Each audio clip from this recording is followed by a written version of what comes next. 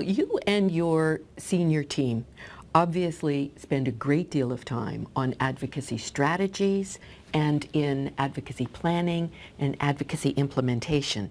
And it is obviously very clearly positioned as an asset to Edmonton and not simply as an expenditure, which is, of course, the position we all fear any library to get into. In your advocacy strategizing, who are your highest priority targets, and how do you engage these targets in relationships? I would say our major targets to keep us where we want to be and higher are our funders. So to me, that is our mayor and our city council. And secondly, it's our staff. Because if our staff are advocates as well, then that word is going to get out to the general community and we will have the public behind us. But the advocacy that we do with the mayor and city council is very, very strategic.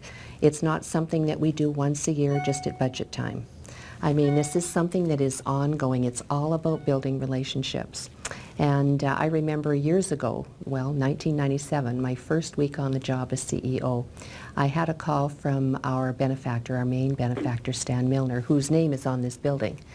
And he wanted to meet with me, the new CEO, and have a chat. And I was very nervous about meeting this basically multi-millionaire who had such an incredible impact on our city as a city councillor at one time and chair of the board at one time. So I met him at this very fancy club, and within 5 minutes I just was completely at ease with him. He is such a good friend of mine even today.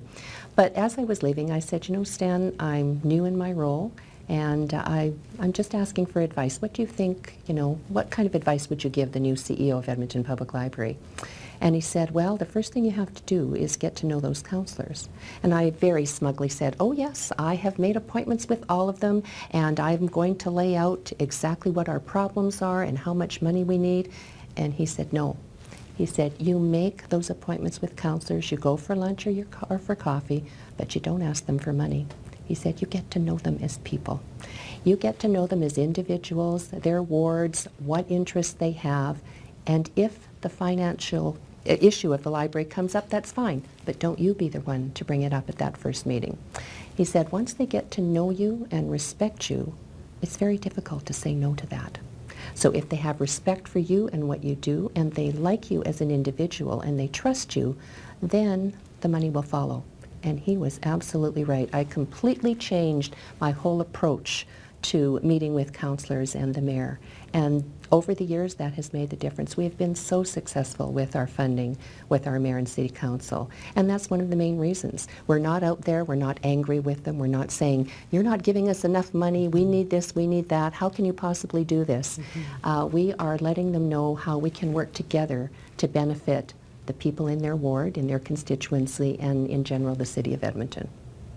That is so consistent, not only with the advocacy research that students in this course have been exposed to, that is the importance of that relationship, but when we look at the big scale fundraisers, the hospitals and the universities, and you know, everyone else travels in their wake. That is exactly what they do, isn't it? They build relationships. That's true. And they get to understand what is important to any one funder. And then by the time you actually get to the ask, it's almost a no-brainer because you are matching them with what they care about. Exactly. And elected people care about their neighborhoods.